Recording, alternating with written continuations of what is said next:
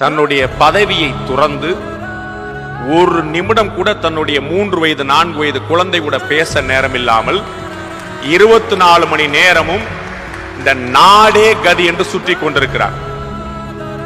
இன்னொரு மனிதர், என் குடும்பமே இந்த நாடுதான், மோடிகா பரிவார், இந்த குடும்பம் தான் என்னுடைய, இந்த நாடு தான் என்னுடைய குடும்பம், எனக்கு வேறு குடும்பம் கிடையாது, இந்த நாடு தான் என்னுடைய குடும்பம். பெத்த தாய கூட தன்னுடைய அதிகாரப்பூர்வ இல்லத்தில் வைக்காமல் ஒரு நாள் கூட்டிட்டு போய் அப்படியே டிராவல் மாதிரி திருப்பி வீட்டுக்கு அனுப்பின ஒரு ஆச்சரியமான மனிதன் காமராஜருக்கு பிறகு. கற்பனை பண்ண முடியாத மனிதர்.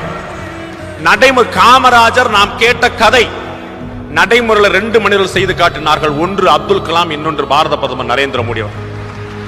ஜனாதிபதி மாளிகையில தன்னுடைய சகோதரனுடைய தன்னுடைய தாயோ யாரையுமே கூட்டு போகாம அப்துல் கலாம் அவர்கள் மரைக்காயரை கூட்டு போய் காட்டிட்டு இதுதான் ஜனாதிபதி மாளிகை, அடுத்த பிளைட்ல கிளம்பு அப்படின்னு. பாரத பிரதமர் நரேந்திர மோடிக்கு குடும்பம் இல்லை, குடும்பம் என்று சொல்ல இல்லைன்னு சொல்றாங்க. அவருக்கு மனைவி மக்கள் தான் இல்ல, அண்ணன் இல்லையா, தம்பி இல்லையா, தாய் இல்லையா, அத்தனை பேருமே இருந்தார்கள், இருக்கிறார்கள் இல்லையா? ஏன் 140 கோடி மக்கள் இல்லையா? அப்ப அவருடைய கவலை யாரை நோக்கி இருக்கிறது? எல்லாரும் ஒரு பக்கம் போறான், நாமளும் ஒரு பக்கம் போவோம். 2013 இறுதி காலத்தில் ஆகஸ்ட் 15 பிறகு பாரத ரத்னா திரு அத்வானி அவர்கள் குறிப்பிடுகிறார், இனிமேல் இந்தியாவில் ஒரு கட்சி ஆட்சி முறைங்கிறதே முடிஞ்சிருச்சு. இந்தியாவில் ஒரு கட்சி ஆட்சி முறைங்கிறதே முடிஞ்சது, கூட்டணி ஆட்சி மட்டும்தான் சாத்தியம்னு அப்பேற்பட்ட தலைவர் கருதுகிறார். 6 மாசம் கழிச்சு 2014 மே மாசத்துல 35 வருஷத்துக்கு பிறகு இந்தியாவில் ஒரு தனி பெரும் கட்சியாக தனி பெரும்பான்மையோடு பாஜக ஆட்சி அமைத்து நின்றது. எவ்வளவு உழைப்பு! 2014 இதே கோயம்புத்தூர் மண்ணில் தான் நான் பாரத பிரதமர் நரேந்திர மோடி பேட்டி எடுத்தேன். இதே மண்ணில் தான் இங்கேதான் பேட்டி எடுத்தேன்.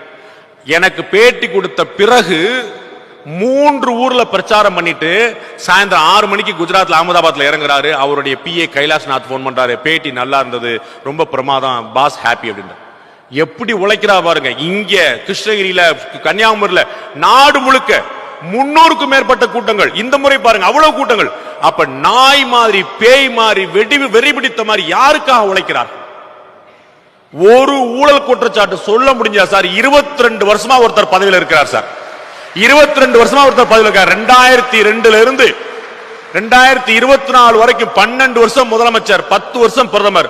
ஒரு ஊழல் குற்றச்சாட்டு ப்ரூவ் பண்றதெல்லாம் விடுங்க சார், சொல்ல முடிஞ்சதா சார்?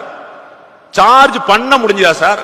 அப்படிப்பட்ட அப்பழுக்கற்ற ஆச்சரியமான விஷயங்களை செய்து காட்டக்கூடியவர்கள் ஒரே ஒரு நரேந்திர மோடியாக மட்டுமில்லாமல் ஊருக்கு ஒரு நரேந்திர மோடி உருவாக வேண்டும் என்றால் நீங்கள் யாருக்கு வாக்களிக்க வேண்டும் என்பதை சிந்தியுங்கள்.